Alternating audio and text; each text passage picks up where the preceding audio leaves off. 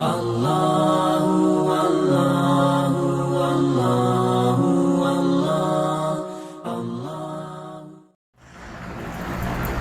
رب العزت کے یقین کے بغیر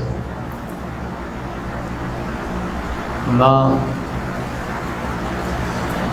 ہم کسی خطرے سے بچ سکتے ہیں اور نہ کسی خیر کو طلب کر سکتے ہیں۔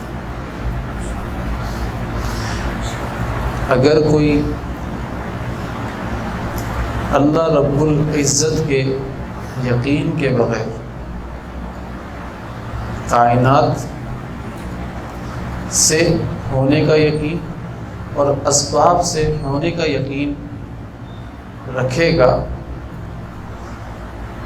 تو وہ اس دنیا کے اندر بھی ناکام ہوگا اور وہ آخرت کے اندر بھی ناکام ہوگا۔ اللہ تعالیٰ کی ذات سے فائدہ حاصل کرنے کے لیے اسباب کا یقین اور کائنات کا یقین نکلنا شرط ہے۔ اگر میں اور آپ اللہ رب العزت سے فائدہ حاصل کرنا چاہتے ہیں تو اسباب کا اور کائنات کا یقین یہ نکال کر اللہ رب العزت سے ڈائریکٹ فائدہ حاصل کریں، ورنہ نہیں حاصل کر سکتے۔ دیکھیں جملے کو سمجھیے گا، میں اللہ رب العزت کی ذات کو مدد کے لیے پکار رہا ہوں کہ میری مدد کریں، لیکن کہتا کیا ہوں؟ اس سبب کے ذریعے سے کریں۔ کیا کہہ رہا ہوں؟ اس سبب کے ذریعے سے کریں، اس کائنات کے نظام کے ذریعے سے کریں، یہ کائنات کا جو نظام چل رہا ہے اس کے ذریعے سے کریں، اس سبب کے ذریعے سے کریں۔ تو آپ مجھے بتائیں کہ میں اللہ تعالیٰ کی ذات کو اس سبب کا پابند بنا رہا ہوں نہیں بنا رہا ہوں؟ مدد کرنے کے اندر اللہ تعالیٰ کی ذات سبب کی محتاج نہیں ہے، براہ راست سبب کے بغیر مدد کر سکتے۔ تو میں اللہ تعالیٰ کی ذات کو پابند کیوں بنا کر چل رہا ہوں؟ میری نگاہ سے کائنات نکلے، اسباب نکلے، اب نظر کس کے اوپر جائے گی؟ تو اللہ تعالیٰ کی ذات ایسی نظر مجھ سے چاہ رہے کہ بھائی تو جب مجھ سے مانگ رہا ہو، جب میری مدد کی ضرورت ہو تو ایک تو کائنات کا یقین نکال اور اسباب کا یقین نکال کر ڈائریکٹ مجھ سے بات کر، براہ راست مجھے میری طرف دیکھ۔ جب تو براہ راست میری طرف دیکھ رہا ہوگا تو براہ راست تیری مدد اتار رہا ہوں میں، براہ راست تیری مدد کر رہا ہوں۔ حضرت فرمایا کرتے تھے کہ بندہ جتنی تدبیریں اختیار کرتا ہے، جتنی تدبیریں اختیار کرتا ہے، یقین اس کا اتنا ہی کمزور ہوتا چلا جاتا ہے۔ جب تک کہ اپنے آپ کو مستغنی نہیں کرے گا تدبیروں سے، اس وقت تک اس کا یقین بن نہیں سکتا۔ یہ جو تدبیریں ہیں نا، یہ یقین کو بگاڑتی ہیں۔ جتنا کم تدبیریں یوز کرے گا اتنا سمجھ لو اللہ کی ذات کا یقین بنتا جا رہا ہے، اتنا بنتا جا رہا ہے۔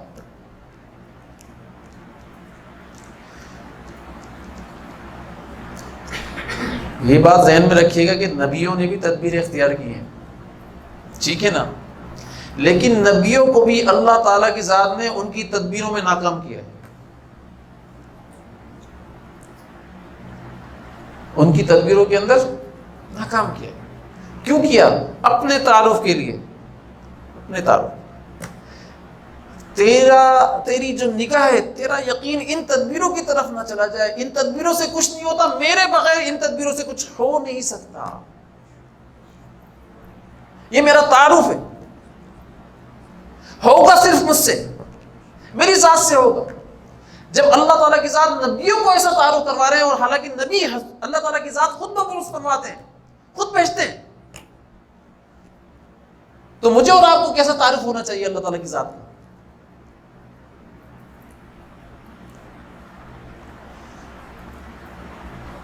تو لہٰذا اگر یقین بنانا چاہتے ہیں تو ہم نے وہ واقعات ڈسکس کرنا پڑیں گے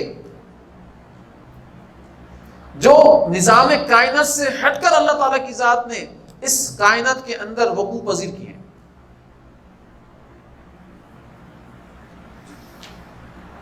اگر نظام کائنات سے ہونے کا یقین دل میں ہوگا اور نظام کائنات کو ہی سب کچھ سمجھیں گے، کیا سمجھتے ہیں بھائی کائنات سے ہوتا ہے، کائنات کے نظام سے ہی ہوتا ہے، اور کائنات کے نظام سے چل رہی ہے، یہ سوچتے نہیں سوچتے؟ اگر ہم یہ سمجھنا شروع کر دیں گے تو یقین جانے ان سب واقعات کا انکار کرنا پڑے گا جو کائنات کے نظام سے ہٹ کر وقوع پذیر ہوئے۔ انکار کرو گے؟ انکار کرنا کس کا انکار کرنا ہے پھر؟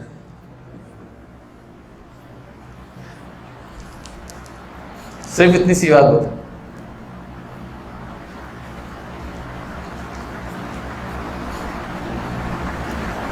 بھائی سمجھ میں آ رہا ہے یقین کی بات؟ یہ جو پورا غزوہ بدر ہوا ہے، 17 رمضان کو ہوا تھا نا غزوہ بدر ہے، یہ غزوہ بدر جو ہوا ہے یہ کائنات کے نظام سے ہٹ کر ہوا ہے۔ کائنات کا نظام اور ہے اور قدرت کا نظام اور ہے۔ ہم قدرت کے نظام کو کائنات کا نظام سمجھ بیٹھے ہیں، ہم سے غلطی یہ ہو رہی ہے، اور کائنات کے نظام کو قدرت کا نظام سمجھ بیٹھے ہیں، ہم غلطی یہاں پر کر رہے ہیں۔ نظام کائنات کو نظام قدرت سمجھ بیٹھے،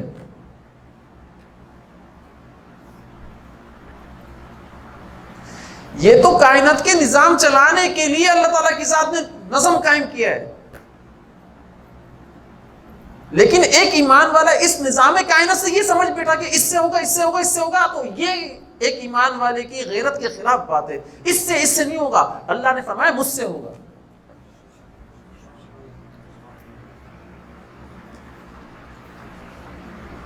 یہ ایمان کی ایک غیرت کے خلاف بات ہے۔ کس سے ہوگا بھائی؟ اللہ کی ذات سے، اور کسی سے کچھ نہیں ہوتا۔ تو لہذا یہ جو بدر کا واقعہ ہوا یہ سارا نظام کائنات سے ہٹ کر ہوا۔ حضور اکرم صلی اللہ علیہ وسلم تو ابو سفیان کے لشکر کے پیچھے گئے تھے نا، کہ کسی طریقے سے اس لشکر کے اوپر حملہ کر کے اس لشکر کا جو مال و دولت ہے وہ حاصل کیا جائے۔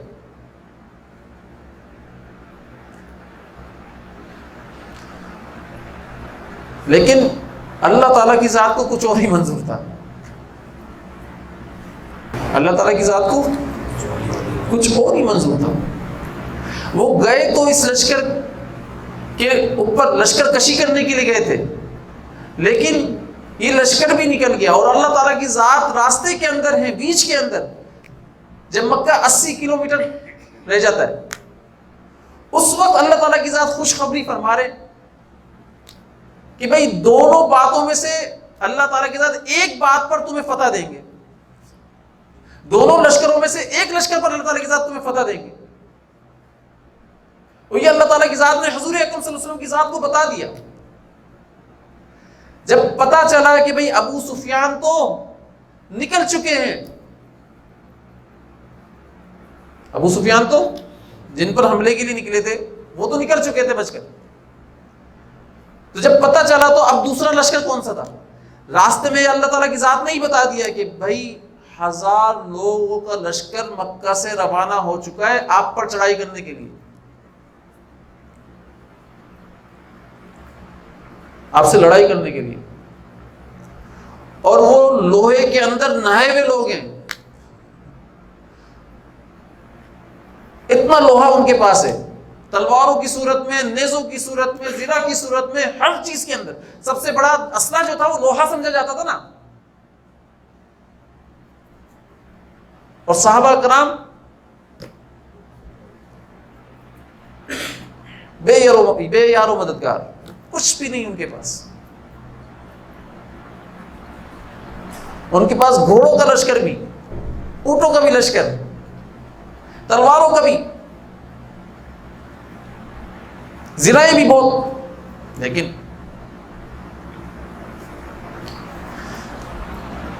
اللہ تعالیٰ کی ذات نے یہ جو بدر کا معرکہ کروایا ہے یہ کس لیے کروایا؟ صحابہ کرام کی عظمت اسلام کی عظمت کو ظاہر کرنے کے لیے، صحابہ کرام کے عظمت کو ظاہر کرنے کے لیے، بتانے کے لیے کہ بھائی ان صحابہ کرام رضوان اللہ علیہ اجمعین کے اندر محبت ہے تو تیری محبت ہے، میری محبت ہے، یہ تیری اور میری محبت کے اندر اپنے گھر والوں کو بھی نہیں چھوڑیں گے۔ سامنے سارے کون تھے؟ سارے رشتے دار تھے، کوئی کسی کا بھائی تھا سگا تو کوئی ماموں تھا، کوئی چچا تھا تو کوئی باپ تھا، کوئی بیٹا تھا۔ یہی رشتے ہوتے نا، سارے رشتے تھے۔ اور یہ معرکہ کروانے کا مقصد یہ تھا کہ ان رشتوں کو زیادہ اہمیت دیتے ہو یا اللہ کے حکم کو زیادہ اہمیت دیتے ہو؟ اللہ کے نبی صلی اللہ علیہ وسلم کی ذات کو زیادہ اہمیت دیتے ہو یا ان رشتوں کو زیادہ اہمیت دیتے ہو؟ ان کی محبت زیادہ دل کے اندر ہے یا میرے نبی صلی اللہ علیہ وسلم کی ذات کی محبت تمہارے دلوں کے اندر موجود ہے؟ صرف یہ بات ظاہر کروانا مقصود تھا۔ دیکھیں سمجھیے گا، یہ تو میں ایک شکل بتا رہا ہوں آپ کو، ٹھیک ہے نا؟ میرے اندر بھی یہ سارا معرکہ چل رہا ہے۔ یہ رمضان کے اندر کیوں ہوا؟ یہ 313 لوگوں کے ساتھ کیوں ہوا؟ 1000 لوگ کون تھے؟ سارے ہی کفار تھے نا، بڑے بڑے سردار تھے، جس میں 70 سردار جو تھے بڑے بڑے جو نامی گرامی تھے وہ مارے گئے تھے، اس میں قتل ہوئے۔ تو یہ معرکہ میرے اندر بھی چل رہا ہے نا رمضان کے مہینے کے اندر، صرف ہو گیا اور میں اور آپ اس کے واقعے کو بیان کیا اور چل دیے، اس واقعے سے کچھ سیکھا سمجھا نہیں۔ میں اپنے طور پر، روحانی طور پر، باطن کے طور پر بھی تو اس واقعے کو چلا سکتا ہوں نا، معرکہ کر سکتا ہوں اندر، یا نہیں کیا جا سکتا؟ بھائی چلا سکتا ہوں نہیں چلا سکتا؟ اگر ان کی طرز پر جا کر میں نے چلانا شروع کیا اور کسی اللہ اور اس کے رسول کے آگے کسی رشتے کو اہمیت نہیں دی، صرف اللہ اور اس کا رسول ہی رکھا اپنے قلب کے اندر، اور اس رمضان کے مہینے کے اندر اس کی تیاری کر لی اور اللہ کے لیے سب کچھ قربان کرنے کے لیے تیار ہو گیا، رشتوں کو، اپنے آپ کو، اپنے مالوں کو، سب کو قربان کرنے کے لیے تیار ہو گیا، تو میں بصیرت سے کہہ رہا ہوں اور اپنا ہی خیال ظاہر کر رہا ہوں کہ اللہ تعالی ہمارا حشر بھی بدر کے صحابہ رضوان اللہ علیہ اجمعین کے ساتھ کریں گے۔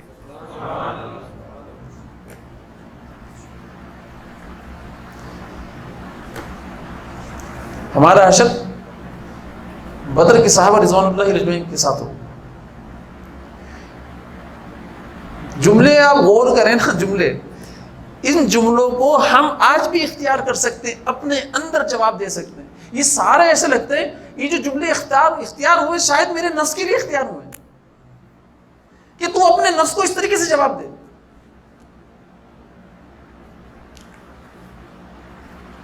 صحابہ کرام سے مشورہ کر لیں، بھائی وہ تو 1000 لوگ ہیں اور اسلحے سے لیس آ رہے، جو جنگی سامان ہوتا ہے نا وہ ان کے ساتھ ہے سارا، اور ہم بالکل نیتے ہیں، ہمارے پاس کچھ بھی نہیں ہے، اب کیا کرنا چاہیے؟ ہم نے جنگ کرنی ہے، کیا کرنا ہے؟ یہ مشورہ کیا جا رہا ہے۔ آپ کے اوپر بھی جب کوئی ایسی بات آ جائے تو اپنے نفس کو لے کر بیٹھ جایا کرو اور 365 جوڑوں کو لے کر بیٹھ جایا کرو جب گناہ کی کوئی بات آ جائے۔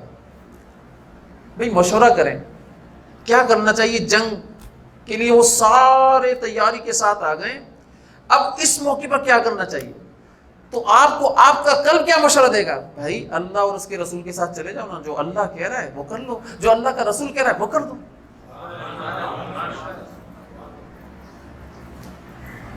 جو اللہ کہہ رہا ہے وہ کر لو، جو اللہ کا رسول کہہ رہا ہے وہ کر لو۔ یہ مراقبہ کیا جا سکتا نہیں کیا جا سکتا؟ گناہ کے خاص موقعوں کے اوپر، مواقع کے اوپر، جب اللہ اور اس کے رسول کی نافرمانی کا موقع چل رہا ہو اور زبردست قسم کے اوپر آپ کے اوپر پریشر ہو، سوشل بھی پریشر ہو، خاندان کا بھی پریشر ہو، رشتہ داروں کا بھی پریشر ہو، سب کا پریشر ہو، اور اس وقت آپ بول رہے ہو نہیں مجھے اللہ اور اس کے رسول کے قانون کو فالو کرنا ہے، چاہے میری جان چلے جائے، چاہے میرے رشتہ دار قربان ہو جائے، مجھے ان کو فالو کرنا ہے۔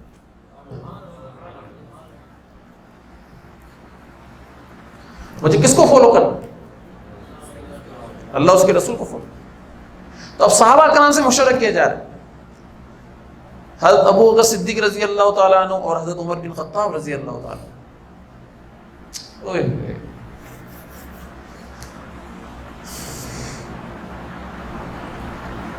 یہ ہم خانہ رسول ہیں، یہ دونوں اشخاص. ہم خانہ رسول میں نے جو کہا اس کا مطلب سمجھاؤں آپ کو؟ اس کا مطلب سمجھیے. جس درجے پر حضور صلی اللہ علیہ وسلم کی ذات کو اللہ تعالیٰ پہنچا رہے ہیں وہاں پر ان دونوں اشخاص کو بھی اللہ تعالیٰ لے جا رہے ہیں.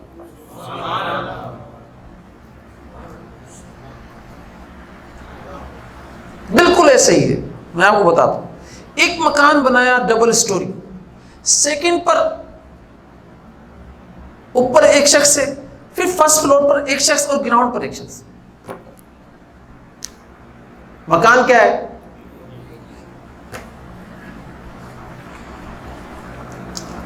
بھائی سمجھے گا اس کو. ہم خانہ رسول اس کو کہتے ہیں. حضور اکرم صلی اللہ علیہ وسلم نے کیا فرمایا؟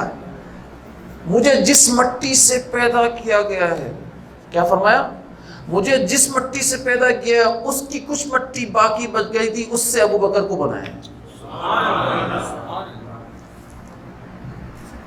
ایک ہی مٹی سے بنایا.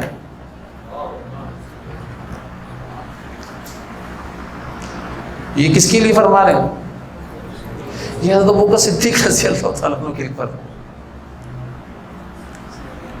یہ ہیں ہم خانہ رسول. تو انہوں نے کیا مشورہ دیا؟ انہوں نے فرمایا یا رسول اللہ میرا تو سب کچھ آپ پر قربان ہے، جیسا کہیں گے ویسا کروں گا، جو آپ کہیں گے وہ کرنے کے لیے تیار ہوں. حضرت عمر بن خطاب رضی اللہ تعالیٰ فرمایا یا رسول اللہ پیچھے مڑ کر دیکھنے کی ضرورت نہیں ہے. آپ نے مشورہ لیا ہے تو مشورہ یہ میرے رشتہ داروں کو میرے حوالے کر دیں. ابو بکر کے رشتہ داروں کو ابو بکر کے حوالے کر دیں، اور جو صحابی جس کا رشتہ دار ہے اس کے حوالے کر دیں، دیکھ لیں گے.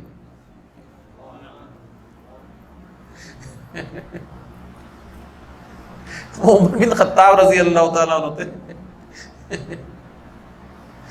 تو مشورے بھی ایسے ہی دیتے تھے، جنگجو مشورے ہوتے تھے کہ پیچھے ہٹنے کا تو سوال ہی نہیں ہوتا، واپس جانے کا سوال ہی نہیں ہوتا. آپ تو میرے رشتہ داروں کو میرے حوالے کریں، اور ابو بکر صدیق رضی اللہ تعالیٰ عنہ کے رشتہ داروں کو ان کے حوالے کریں، اور جو جو صحابی ہے ان سب کے رشتہ داروں کو ان کے حوالے کریں. دیکھ لیں گے سب کو اللہ کے حکم سے. یہ عمر بن خطاب رضی اللہ تعالیٰ. حضرت مقداد رضی اللہ تعالیٰ عنہ کھڑے ہو گئے اور فرمایا یا رسول اللہ ہم آپ کو بنی اسرائیل کی قوم کی طرح جواب نہیں دیں گے جب انہوں نے کہا تھا اذهب انت وربک فقاتلا انا هاهنا قاعدون، کہ بھئی آپ اور آپ کا رب چلا جائے لڑنے کے لیے، ہم تو یہیں بیٹھے ہیں اور آپ کا انتظار کر رہے ہیں فتح ہوگی، ہم نہیں جا رہے آپ کے ساتھ. تو ہم وہ جواب آپ کو نہیں دیں گے، ہم بالکل جائیں گے آپ کے ساتھ، جہاں پر کہیں گے آپ وہاں پر جائیں گے، کودنے کو کہیں گے سمندر کے اندر کود جائیں گے ہم لوگ، پیچھے مڑ کر بھی نہیں دیکھیں گے.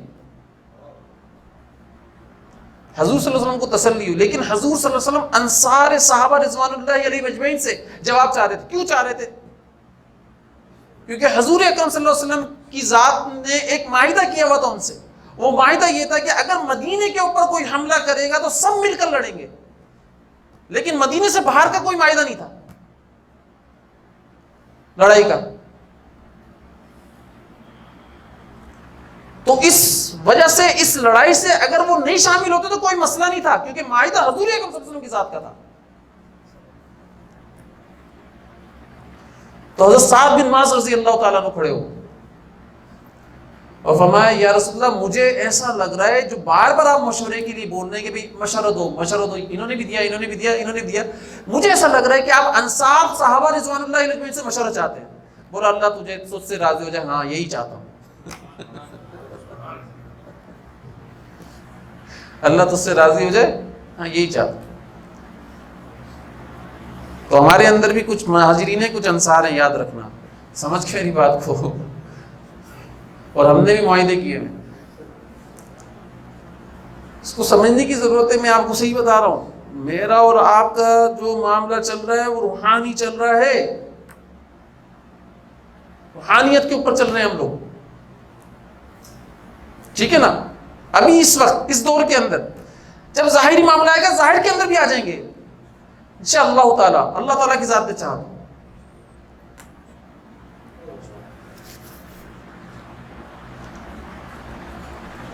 تو۔ میں بتا رہا ہوں آپ کو انہوں نے کیا جواب دیا۔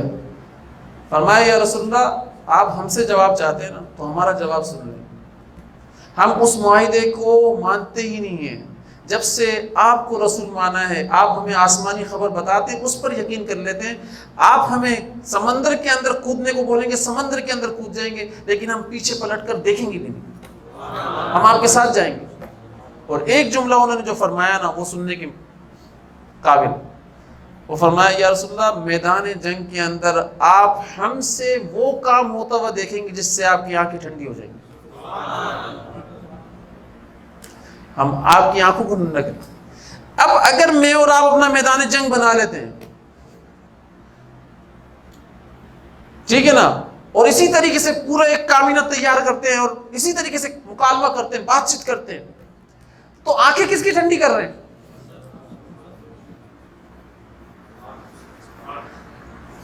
صرف بتائیں آنکھیں کس کی ٹھنڈی کر رہے ہیں؟ بھائی کرو گے بھائی، وہ اللہ کے نبی صلی اللہ علیہ وسلم کی آنکھیں ٹھنڈی کرو گے؟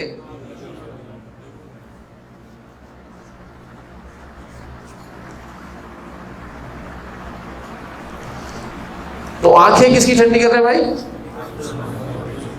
آپ صلی اللہ علیہ وسلم کی ذات کی کر۔ تو اس کو سمجھنے کی، اس بدر کے معرکے کو سمجھنے کی ضرورت ہے۔ یقین جانو اللہ سے دعا مانگا کرو کہ اے اللہ بدر کا معرکہ ہمیں سمجھا دیجئے، بدر کا جو معرکہ ہے نا وہ ہمیں سمجھا دیجئے کیا تھا۔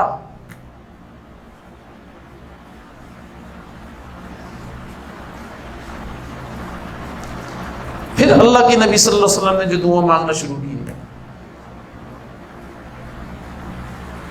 اور اللہ کے نبی نے جو دعا مانگی اس کے آخری الفاظ بتاتا ہوں کہ اے اللہ اگر تو نے ان سب کو ہلاک کر دیا تو قیامت کے دن تک تیرا نام لینے والا کوئی نہیں ہوگا زمین کے اوپر۔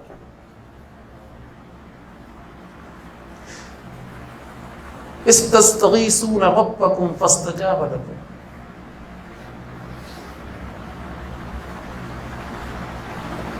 یہ فاستجاب ہے نا، فا اس کا فا کا مطلب بتا رہا ہوں، صرف فا کا مطلب یہ ہے کہ ابھی دعا کے الفاظ آپ کے اندر سے نکلے بھی نہیں ہیں، اللہ تعالیٰ کی ذات نے پہلے ہی قبول کر لیے۔ یہ اللہ تعالیٰ بتا رہے ہیں کہ تم نے تو دعا کری بھی نہیں تھی، میں نے قبول کر لی تھی۔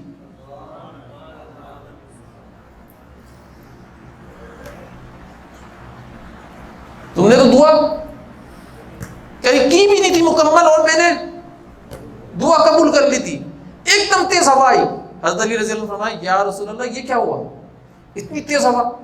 بولا جبرائیل علیہ السلام آ جائے گا 500 فرشتوں کے ساتھ۔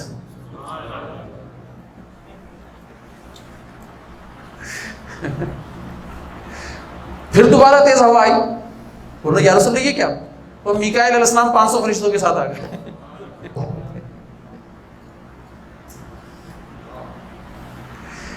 اور وہاں پر شیطان تیاری کر رہا ہے، شیطان بھی آ گیا تھا اپنی ساری فوجوں کے ساتھ لڑنے کے لیے، ساری فوجوں کے ساتھ آ گیا۔ یقین جانے جب آپ اللہ اور اس کے رسول کے قانون کو اپنے اندر نافذ کرنا شروع کریں گے، شیطان ساری فوجوں کے ساتھ آ جائے گا، اس میں اللہ تعالیٰ کی ذات آپ کی مدد فرمائیں گے، جب آپ ٹک جاؤ گے، جم جاؤ گے اور اپنے آپ کو یہ جواب دے رہے ہوں گے۔ یہ حالات کیا حیثیت رکھتے ہیں؟ لوگ بولتے ہیں کہ وہ نبی تھے، انبیاء علیہ السلام تھے، صحابہ کرام تھے، اس لیے مدد ان کے ساتھ تھی۔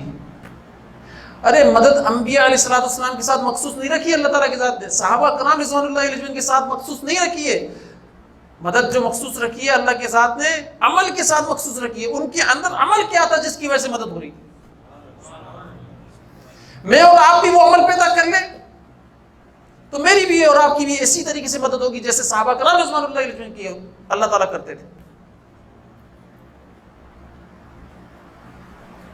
یساقون الی الموت وهم ینظرون، یہ قرآن کے الفاظ ہیں، یساقون الی الموت وهم ینظرون، کہ خیال دل کے اندر پیدا ہو رہا تھا ان کے ہزار لشکر کو دیکھ کر، ساز و سامان کو دیکھ کر، صحابہ کرام کے دل میں خیال یہ پیدا ہو رہا تھا کہ ہمیں شاید موت کی طرف دھکیلا جا رہا ہے۔ خیال پیدا ہو سکتا ہے نا، گئے نہیں اس خیال کے ساتھ، یہ پہلے ہی بتا دیا میں نے، ٹھیک ہے نا؟ ٹھیک ہے نا، گئے نہیں اس خیال کے ساتھ، لیکن اللہ تعالیٰ کی ذات نے اس کیفیت کو ڈسکس کیا ہے۔ یساقون الی الموت وهم ینظرون، ان کو ایسا لگ رہا تھا، دیکھ رہے تھے کہ ہمارے کو موت کی طرف دھکیلا جا، لیکن پھر بھی پیچھے نہیں ہٹے، پھر بھی پیچھے نہیں ہٹے۔ تو اللہ تعالیٰ کی ذات نے ان کی پھر اس طریقے سے ہی مدد کی۔ سراقہ بن وائل جو ایک کافروں کا سردار تھا مکہ کا، اس کی شکل کے اندر شیطان آیا۔ جب اس نے دیکھا کہ بھائی یہ تو جبرائیل علیہ السلام بھی آ گئے، وہ دیکھ سکتا ہے، ٹھیک ہے نا، یہ میکائیل علیہ السلام بھی آ گئے، فوج میری خیر نہیں ہے، تو لہذا قریش کے بڑے بڑے سرداروں کو بولنے لگا بھائی میں تو جا رہا ہوں، انی بریء منکم انی ارا ما لا ترون انی اخاف اللہ۔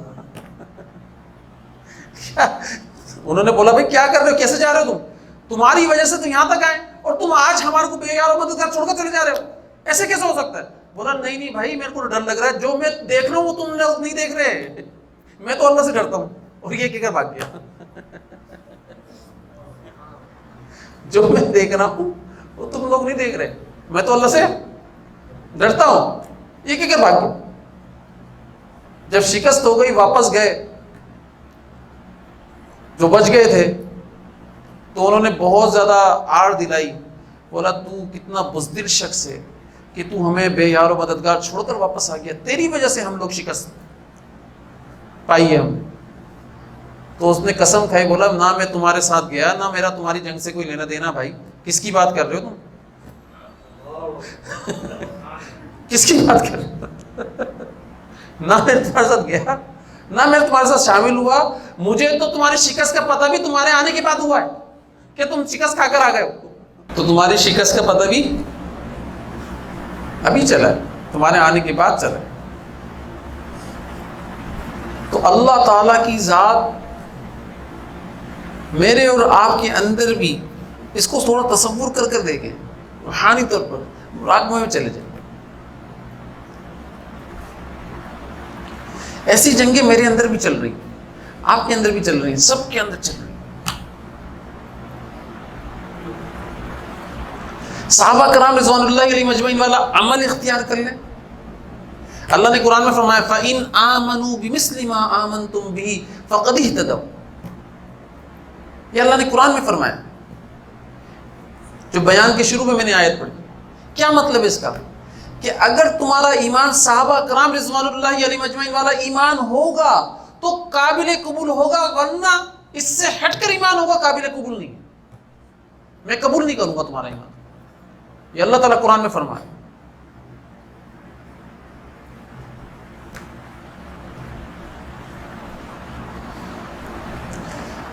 اب صحابہ کرام رضوان اللہ علیہم اجمعین والا ایمان کیا ہے؟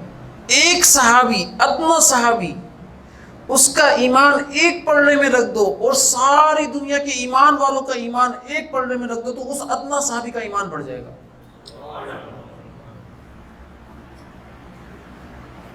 حضرت عمر بن عبد العزیز رحمۃ اللہ علیہ کے بارے میں اور امیر معاویہ رضی اللہ تعالیٰ عنہ کے بارے میں حضرت عبداللہ بن مبارک رحمۃ اللہ علیہ سے پوچھا کسی نے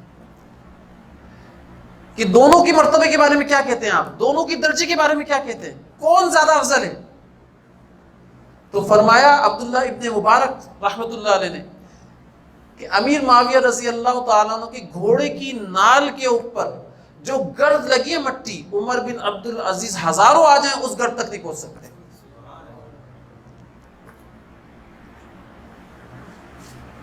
ایسا بڑا رتبہ ہے. تو اللہ تعالیٰ قرآن میں کیا فرما رہے ہیں؟ فَإِنْ آمَنُوا بِمِثْلِ مَا آمَنْتُمْ بِهِ فَقَدِ اهْتَدَوْا، کہ تمہارا ایمان اگر صحابہ کرام رضوان اللہ علیہ مجمعین کے ایمان جیسا نہیں ہوا تو قابل قبول نہیں ہے، قبول نہیں کرو.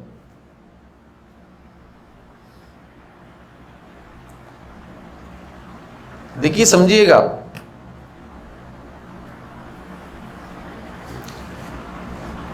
بمثل کے اندر دو چیزیں آتی ہیں، ایک ہوتا ہے کیف، ایک ہوتا ہے کم. کیف و کم، صحیح ہے نا؟ ایک ہوتی ہے کمیت اور ایک ہوتی ہے کیفیت. ایک ہوتی ہے کمیت، ایک ہوتی ہے کیفیت. کیفیت تو ہم صحابہ کرام رضوان اللہ علیہ جن کی پا ہی نہیں سکتے، پا ہی نہیں سکتے. لیکن ہمارا ایمان اگر کمیت کے اندر صحابہ کرام رضوان اللہ علیہ مجمعین جیسا نہیں ہوا تو اللہ تعالیٰ کے یہاں قابل قبول نہیں. جیسے بالفرض مثال کے طور پر اللہ تعالیٰ کی ذات نے صحابہ کرام رضوان اللہ علیہ مجمعین کو جیسا مانا ہے ویسا ہی ہم مانیں. جیسا سمجھا ہے نا، جیسا سمجھا ہے، اس سمجھ کے اندر کیفیت کا معاملہ ہمارا خراب ہو سکتا ہے، کم ہو سکتا ہے، بڑھ سکتا ہے. صحابہ کرام سے تو نہیں بڑھ سکتا، لیکن کیفیت کا معاملہ کم ہو سکتا ہے. لیکن صحابہ کرام نے 5 نمازوں کو 5 ہی سمجھا، مانا، تو میں اور آپ بھی 5 نمازوں کے اوپر ایمان لائیں گے. ایسے ہی صحابہ کرام کے یہاں 2 سال میں روزے مہینے کے فرض نہیں تھے، ٹھیک ہے نا؟ وہ ایک ہی رمضان کے مہینے کو فرض مانتے تھے. تو میں اور آپ بھی کیا کریں گے؟ ایک ہی رمضان کے مہینے کو فرض مانیں گے. یہ کیا ہے؟ یہ کمیت ہے، مقدار. مقدار، کمیت کس کو کہتے ہیں؟ مقدار کو. لیکن کیفیت جو ہے وہ میری کم ہوتی جاتی ہے، ان جیسی نہیں ہو سکتی.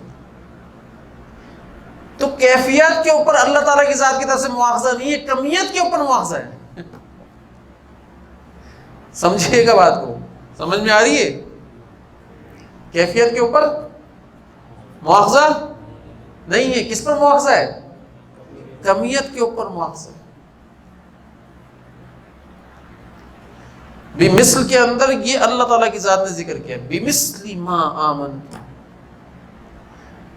ورنہ صحابہ کرام رضوان اللہ علیہ مجمعین جیسا ایمان کیفیت کے اعتبار سے کسی کا بھی نہیں ہو سکتا.